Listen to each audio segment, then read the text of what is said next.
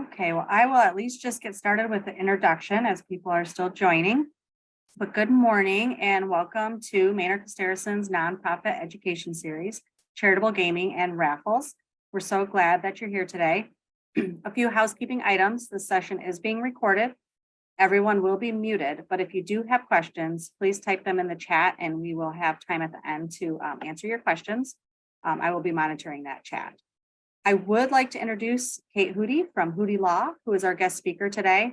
Kate has her JD from Cooley Law School and practices in the areas of nonprofits and business law and contracts. She also provides nonprofit consulting, association management for the Michigan Charitable Gaming Association and the Michigan Association of Treatment Court Professionals, and advocacy services to nonprofits. Kate will be a great resource for today's topic as she's very knowledgeable in this area. With that, Kate, I will turn it over to you to get started.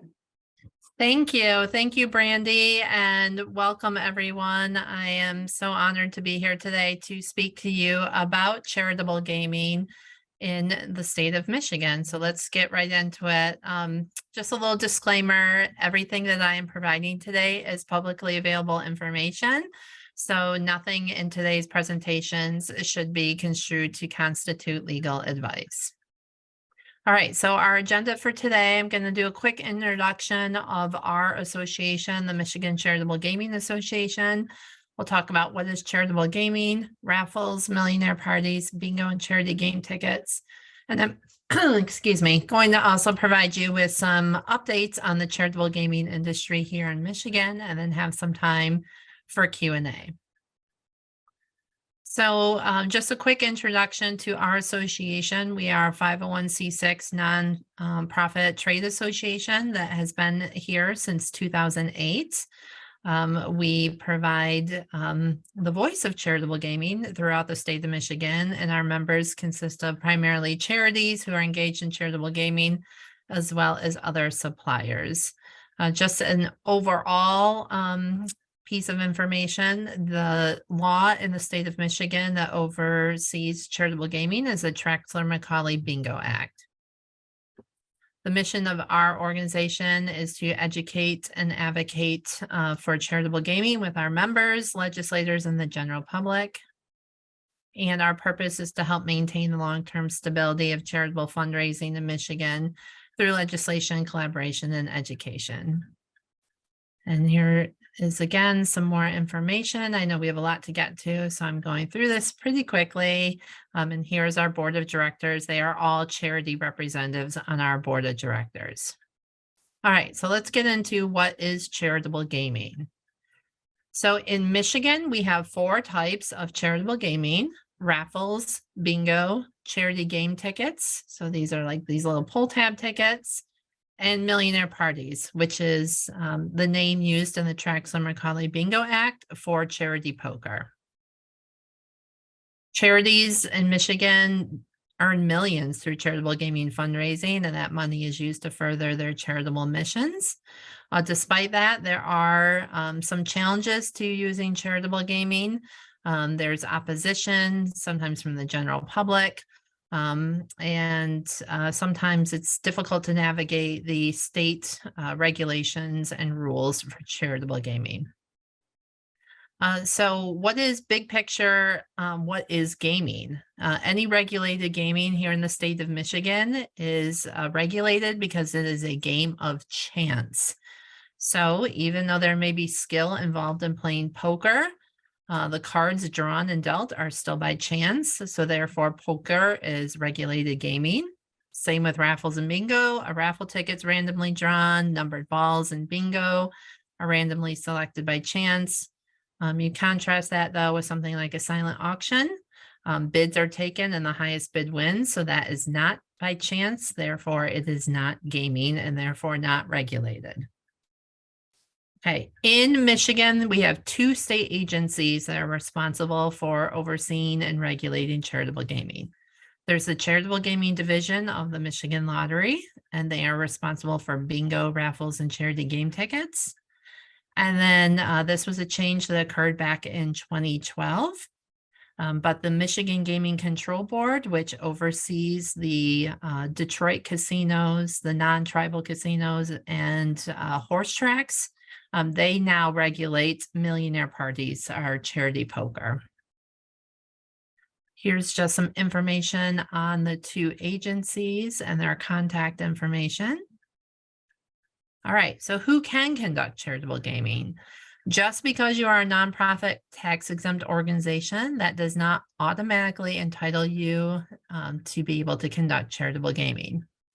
For a nonprofit to conduct charitable gaming, you have to first become qualified by the state of Michigan. So again, it is not enough that you are a nonprofit tax exempt organization. You have to go through a qualification process with either Michigan Gaming Control Board or the Charitable Gaming Division of the Michigan Lottery. To become a qualified organization, you have to fill out the qualification information form. And then depending on what type of nonprofit you may be, you're going to fall into one of these 7 categories.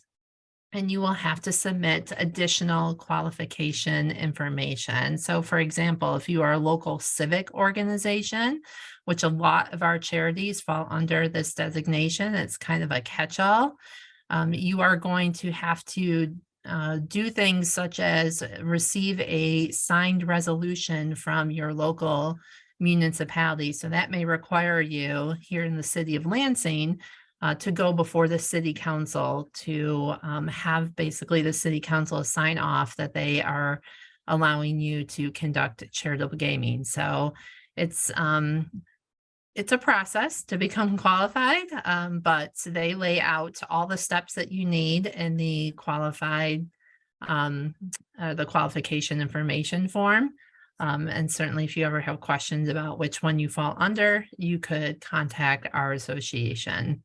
There's also an additional qualified organization information change form. So if anything changes with regard to your nonprofit status or your address, you would want to submit that information change form to the appropriate agency.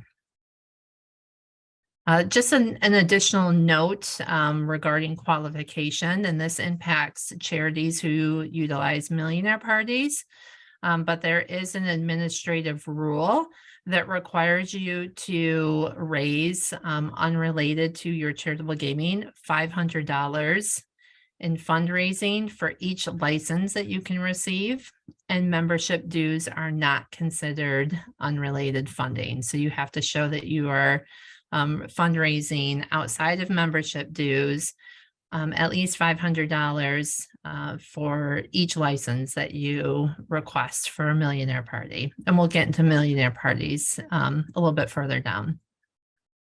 All right, raffles. Couple different types of raffles that you can have. You can have a small raffle or a large raffle. A small raffle is when the total value of all the prizes awarded is going to be $500 or less. A large raffle is when the total value is going to be more than $500. Most charities end up pulling a large raffle application. What kind of raffle does not require a license? It's pretty limited. So a license is not required when the total value of the prizes awarded during a single gathering within a 24-hour period will not exceed $100.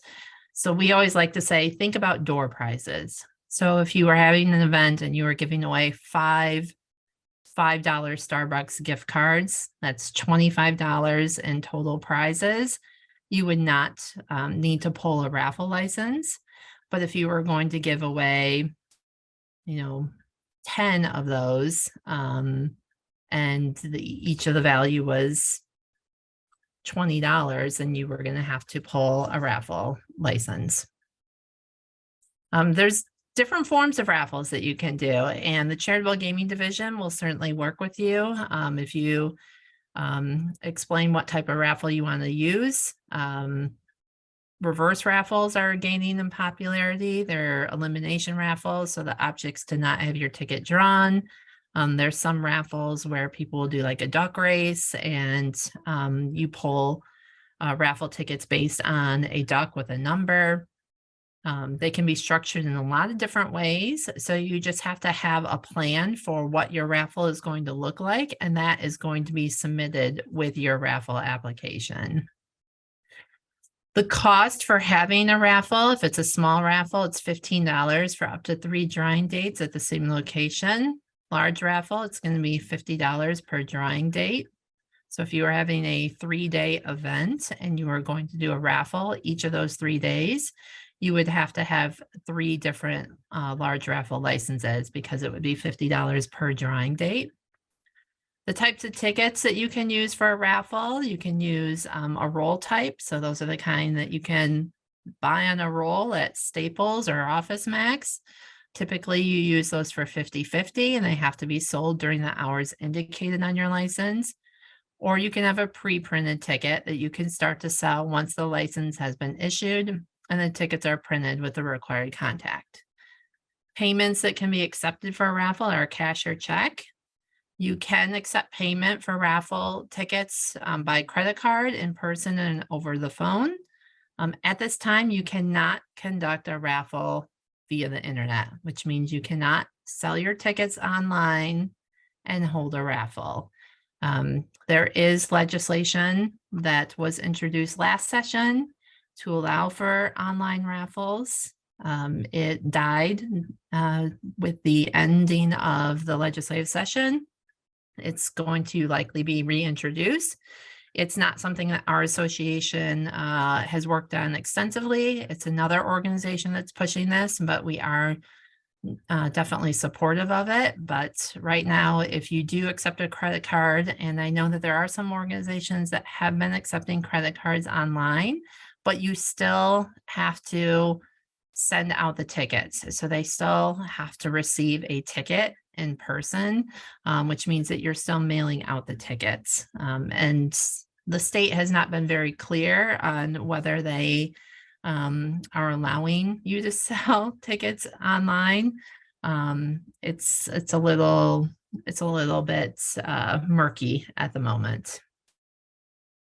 Here's a sample of a ticket. There are very specific requirements if you are using a pre-printed ticket that you need to include on there. So there's a license number, the drawing date, all of that needs to be included on your pre-printed ticket. All right, millionaire parties. So who's involved in a millionaire party if you decide to use one? The charity, obviously. Then you're going to have a location. So that can be a location that belongs to a charity. So for example, a VFW hall, or it could be a separate location such as a bar or restaurant. Currently, if you have a millionaire party location, it can only be available for gaming events 4 days a week, not 7 days a week. And then the third type of entity that could be involved in a millionaire party is a supplier. That cannot be the same entity as a location. Suppliers are licensed by the state of Michigan, and they provide dealers and equipment. You could also use a licensed supplier to provide you equipment for a bingo. Charities may or may not use a supplier. Actually, most of the work that our association has done over the past few years has been to advocate for millionaire parties, and most of our charities use a supplier method. So if you're here in the Lansing area, you may have seen the event spot over on the west side of Lansing, which is outside of the Target. That is a location, and then there is a separate supplier that works out of that location, and then charities hold their events at that location.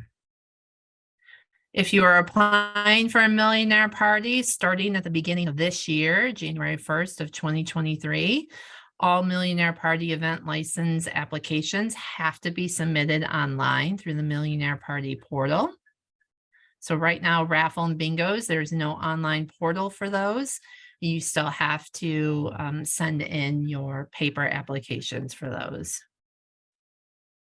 For a millionaire party, you can receive up to 4 licenses in a calendar year, and each license is good for up to 4 days of gaming. And there's a variety of forms that are required to be included in your application. So if you're doing this online, it would walk you through all of the steps. And then the license fee for Millionaire Party is $50 a day. And then here's just some examples of what the forms look like. At a Millionaire Party, you need to have no less than 2 members of your organization, and the language used in the Bingo Act is bona fide members. So you have to have 2 bona fide members or more at a Millionaire Party event. If you are a chairperson for a Millionaire Party, you can only do so for 1 qualified organization in the calendar year, unless you received approval from the executive director. Another distinguishing factor of Millionaire Parties is there has to be a demarcated area.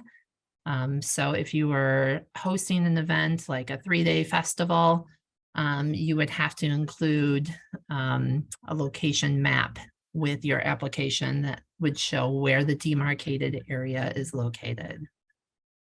Here's information for a dealer. If you are using a licensed supplier, then the dealer information form is not necessary. But if you are hosting your own event, providing dealers from your own organization, you would need to supply this information. When you are having a Millionaire Party event, you have to physically have all of these items with you, because you are subject to inspectors from the Michigan Gaming Control Board coming to your event and checking to make sure that you have all of the required information.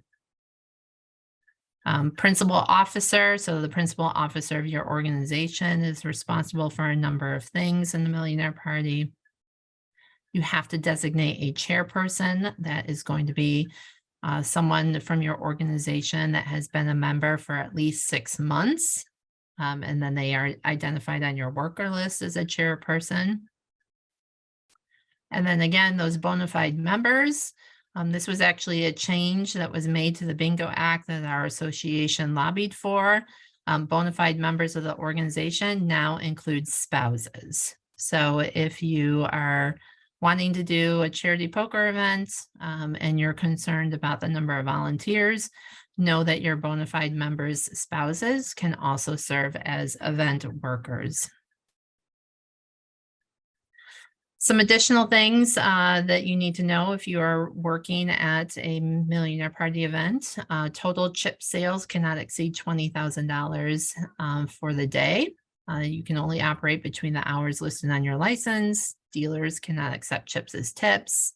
And there's a variety of other things that you would need to be aware of and be knowledgeable about before you work a Millionaire Party event. Post-event, you have to very quickly deposit your proceeds into your account and submit your game records and financial statements. The use of your proceeds, you have to maintain a separate checking account, and only your Millionaire Party proceeds can be deposited into that account. Payment of expenses cannot exceed 45% of your event gross profits. So the charity essentially receives 55%, and the supplier, less expenses, can receive up to 45%. And you cannot pay more than $250 to your location for rent. You have to retain your records. You could be subject to an audit if you were audited. Generally, these are the things that they would be looking for. And then again, here's that information on you have to maintain a separate checking account for Millionaire Party event proceeds. All right, bingo and charity game tickets.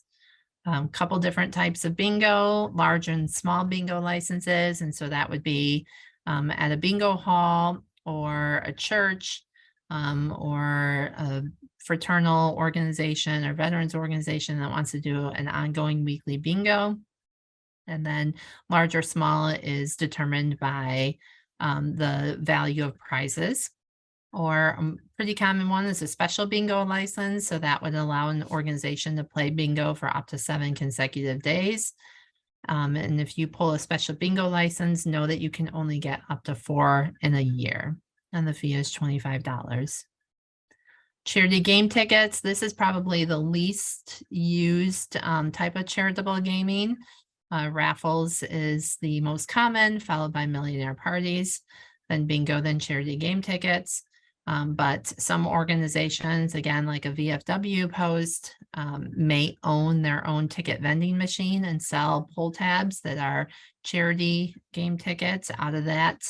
And they have to pay a $200 fee a year, or you can always pull a special charity game ticket license. Again, if you're having a special event and you just wanted to do it for something fun. You can also sell charity game tickets in conjunction with that weekly bingo, special bingo, or large raffle license without having to pay an additional fee. All right. Just want to kind of give you a picture. I know I mentioned our association has really been focused the last few years on millionaire parties primarily. And that's because with the change from the charitable gaming division at Lottery over to Michigan Gaming Control Board, coupled with a number of other factors, there's been a significant decrease in the availability of millionaire parties, the availability of suppliers. A lot of charities are starting to move away from this. So we've had a massive decline in our revenue from millionaire parties. And you can see this in this chart that comes right from the Michigan Gaming Control Board's annual report, as well as the number of licenses that have been issued. We are starting to see an uptick come back. And that's because our charities find that it is very straightforward, very user-friendly to conduct a millionaire party. They really enjoy it because it requires few volunteers, not a lot of expenses. You're essentially paying your license fee. And with one license, a charity can make anywhere from $3,000 to $6,000. You do that 4 times a year. Our charities can bring in around $20,000 a year. To some organizations, that may not seem like a lot of money, but a lot of our organizations are our smaller civic organizations, veterans organizations, and that $20,000 is going right back into the community to fulfill their mission and to really help out their communities and people in need. This is just some information on our advocacy and legislative efforts. These are all bills from the previous legislative session. The one that I mentioned about online raffles, that's at the very end. And as I also mentioned, that will likely get reintroduced this year. Our, again, priorities is helping our friends at the other organization that's pushing the online raffles, and obviously advocating for increased opportunities for millionaire parties. There are some proposed administrative rule changes for millionaire parties that have been put out by the Michigan Gaming Control Board. There was a public hearing on those rules that we testified on in April, and we've offered some recommended changes to the current rules on tipping and advertising. All right, just some more quick wrap up. The Michigan Gaming Control Board does have some good resources on their website. Charitable Gaming Division of Lottery also does a number of virtual and in-person training. So I highly recommend that you check those out.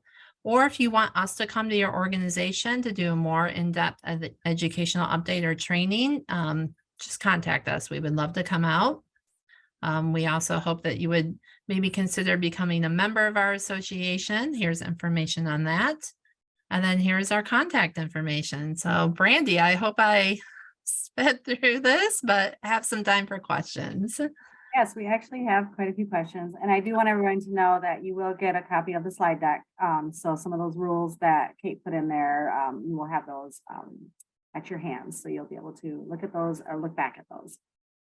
So a couple questions. First one, would we need a raffle license if we had door prizes for attendees, but there is no cost to attend the event?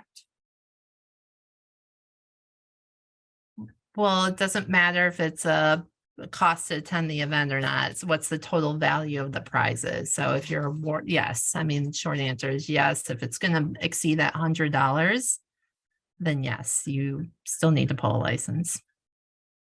And then kind of a, two people asked this question. So for example, like if you have a golf outing or something of that sort, but you want to do a 50-50 raffle or sell tickets for giveaway items, do you need a gaming license for all of it? Yes, absolutely. 50-50, you definitely require a license. And same thing, if you are raffling off items. So if you have, you know, a hotel package and a restaurant gift card, and rather than doing it as a silent auction, you're doing it as a raffle. So people buy the raffle tickets and throw them in the various pots. Yes, you need a license. Okay. Questions are rolling in. I want to host a bi-weekly bingo for our group. Sounds like that is a large bingo license and could be used over time. If the location were to change periodically, would we need an additional license?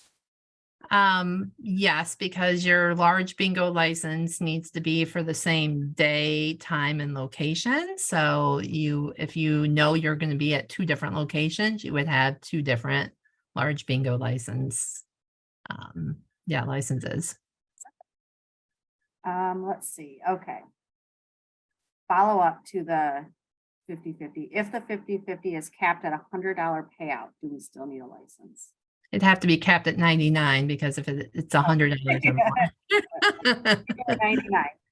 And then the last question I have is, we are a commodity group that was set up by the state of Michigan. What qualification would we fall under? Did try to get a license last year, but didn't have the documents needed for it. It's kind of a specific question, but I don't know. If we have A commodity group of the state. I mean, are you a nonprofit tax exempt? If you're not a nonprofit tax exempt, you're not going to be eligible for.